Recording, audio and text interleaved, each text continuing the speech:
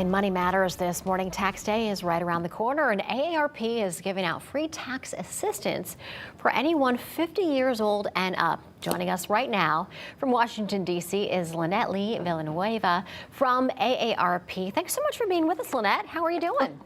Very well. Thank you for having me today. All right, so let's talk about this program.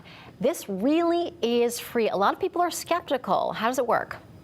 So AARP Foundation Tax Aid is a free program that provides both in-person and virtual tax assistance really to anyone, but we focus primarily on those over age 50 with low to moderate incomes.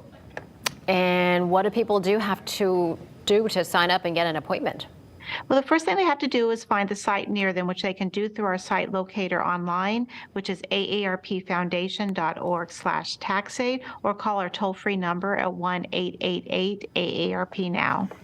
And what should people be bringing with them? What should they be doing to prepare for that appointment once they do get it?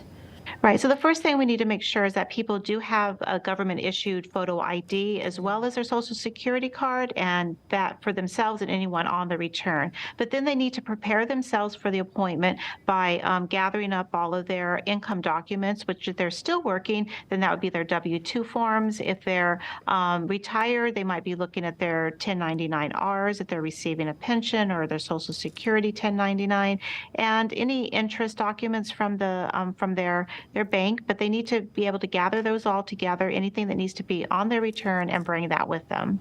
Now, Lynette, it does seem that every year there are slightly different rules and forms. What are some of the challenges that older adults in particular may be facing this tax season?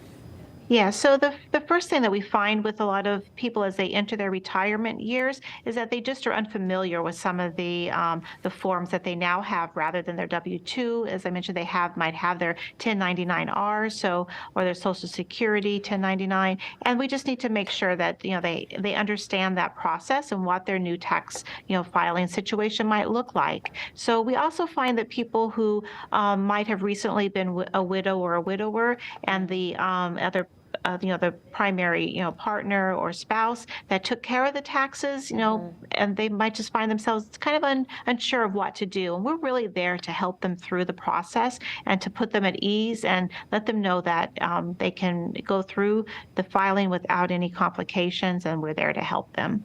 That's actually a really good point, because in some cases, people may be filing their taxes for the first time, or the first time in a really long time, if their spouse or partner has recently passed away. Right, and we want to be there for their support. Mm-hmm. Any common questions that taxpayers have had so far this year? So this year, the big one we've had is whether or not some of the payments that they've recently received, especially last year, either stimulus or rebate forms, whether they're taxable. And IRS had finally determined just a short while ago that most of those are not taxable. So we need people to know that. But our volunteers, have the latest information, and so they are really trained to be able to answer those questions and walk people through what is taxable and what may not be. All right, Lynette, a lot of really important, helpful information. Thank you so much for joining us and sharing it with our viewers. Thank you. Really